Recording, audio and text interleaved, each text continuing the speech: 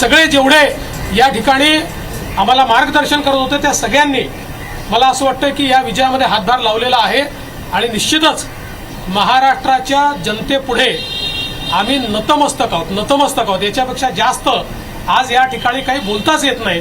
अक्षरशः साष्टांग दंडवत महाराष्ट्राच्या जनतेला, ज्या महाराष्ट्राच्या जनतेने हे प्रेम दिलेलं आहे।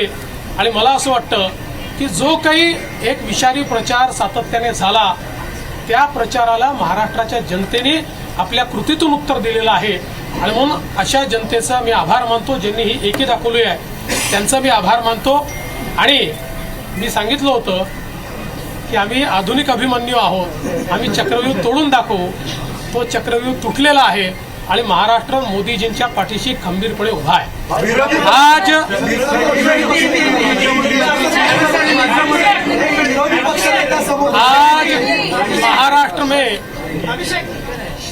महाराष्ट्र की जनता ने जो अप्रत्याशित इस प्रकार की जीत हमको दी है, इससे ये बात पूरी तरीके से स्थापित होती है कि महाराष्ट्र ये प्रधानमंत्री मोदी जी के पीछे है।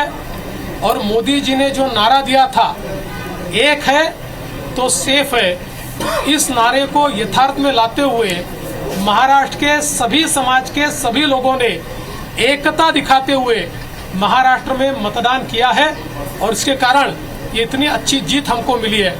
मैं विशेष रूप से हमारी लाडली बहनों का, लाडले भाइयों का, लाडले किसानों का, सभी का बहुत आभार व्यक्त करना चाहता हूँ।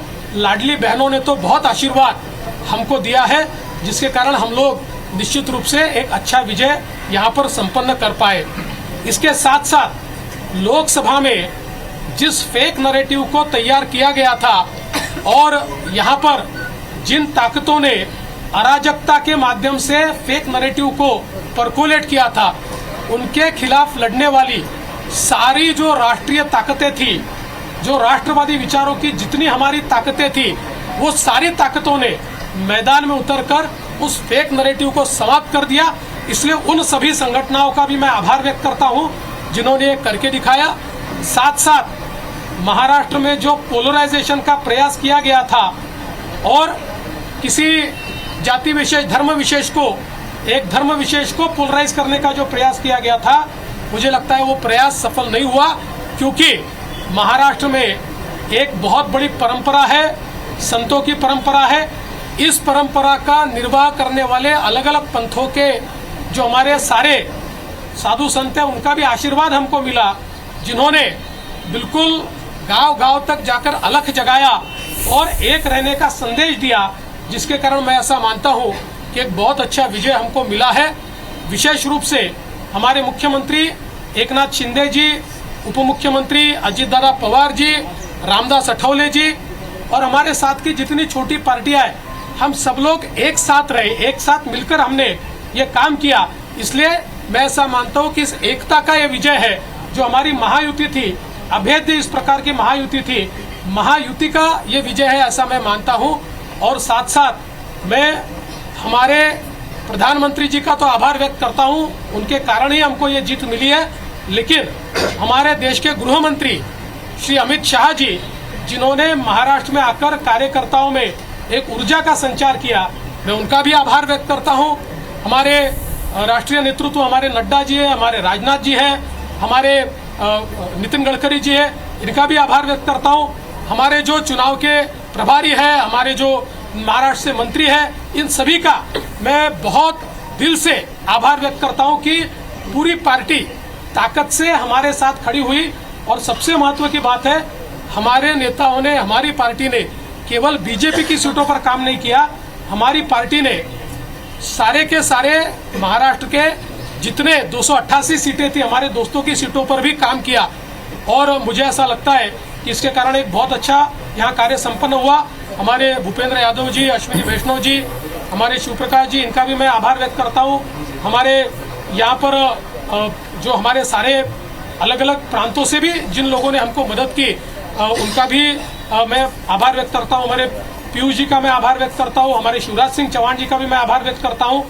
मुझे ऐसा लगता है कि एक प्रकार से सामूहिक रूप से हम लोग जब उतरे तो ये सामूहिक ताकत एक ऐसी ताकत बनी जिसने दिखा दिया कि महाराष्ट्र ये मोदी जी के ही साथ है।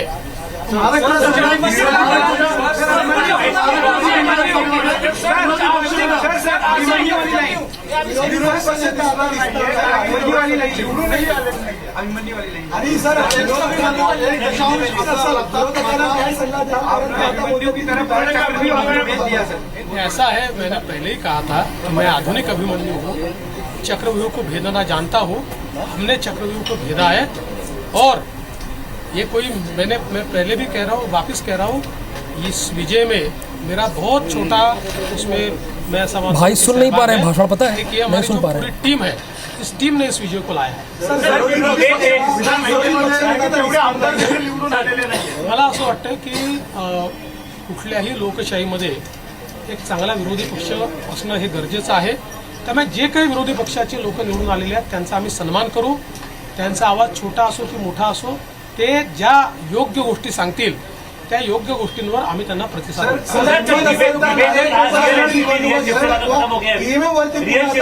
मराठी हो जातो ईव्हीएम वापर फोडतायत, हिंमत असेल तर बॅलेट पेपरवर निवडणुका घ्या आता असं विरोधक म्हणतात, काय सांगा? आम्हाला ते माहितीच होतं, जर झारखंडमध्ये झारखंड मुक्ती मोर्चा जिंकला तर तिथलं ईव्हीएम टॅम्पर प्रूफ परफेक्ट एकदम जनमताचा कौल लोकशाहीचा विजय आणि ऐसा कोई भी हमारा तय नहीं हुआ है। अभी पहले तो अंतिम आंकड़े आने दो, उसके बाद हम तीनों पार्टी बैठेंगे। हमारे वरिष्ठ जो है प्रधानमंत्री जी है, मोदी जी है, अमित भाई है, नड्डा जी और सब हमारे जो तीनों पार्टी के प्रमुख लोग हैं, हम बैठेंगे और उसके ऊपर जैसे हम चुनाव लड़े साथ में एकजुट होकर, वैसे ही उसके ऊपर भी फैसला है। महाराष्ट्र में महायुति गठबंधन की सुनामी देखने को मिली है। 229 विधानसभा सीटों पर वो आगे चल रहे हैं। मुंबई की ज्यादातर सीटों पर महायुति गठबंधन आगे चल रही है। 131 सीटों पर अकेले भारतीय जनता पार्टी आगे है। विदर्भ के अलावा सभी इलाके में एनडीए बहुत ही मजबूत स्थिति में है। शिवसेना शिंदे गुट एमबीए की पूरी सीट शिवसेना शिंदे गुट से भी कम है। ये देखिए, सोचिए कितनी बड़ी दावे किए जा रहे थे, लेकिन एक हकीकत देखिए, हमारी टीम ने लिखा भी है कि महाविकास आघाड़ी, जो कि शरद पवार एक बड़े नेता, बड़े छत्रप महाराष्ट्र की राजनीति में, और ये उनका आखिरी चुनाव भी अनाउंस भी किया। उद्धव ठाकरे, ये इस बात की भी लड़ाई थी कि बाला साहब ठाकरे का वारिस कौन, बार बार इस जिक्र किया गया कि उद्धव ठाकरे कहते थे क्यों बाला साहब ठाकरे की फोटो का इस्तेमाल करते हैं, क्यों उनके पिताजी की फोटो का इस्तेमाल करते हैं। इन सारी बातों को कहा गया, लेकिन जनता ने जो जनादेश दिया वो आप हमारी टैली में देख लीजिए। 229 सीट महायुति गठबंधन 51 पर आ गई है, यानी नेता प्रतिपक्ष की कुर्सी तो बची रहेगी, दावा कर सकते हैं महाविकास आघाड़ी, लेकिन जो कांटे की टक्कर बताई जा रही थी वो एकदम से नहीं दिख रही है।